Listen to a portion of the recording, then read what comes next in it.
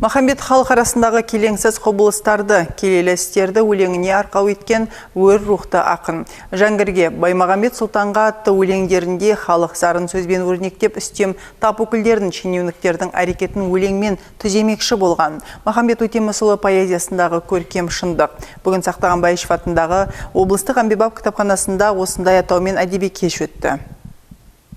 Бүгін Сақтаған Байышев атындағы Ақтөбе облыстық әмбебап ғылыми кітапханасында ақын Махамбет Өтемісұлының 220 жылдығына орай Махамбет Өтемісұлы поэзиясындағы көркем шындық әдеби кеші өтті.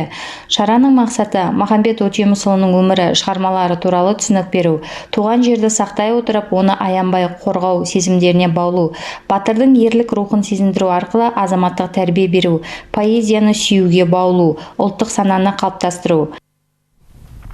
Әдеби кешке жиналғандарға кітапхана мамандары алдымен батырдың өмір баяны туралы мағлұмат берді.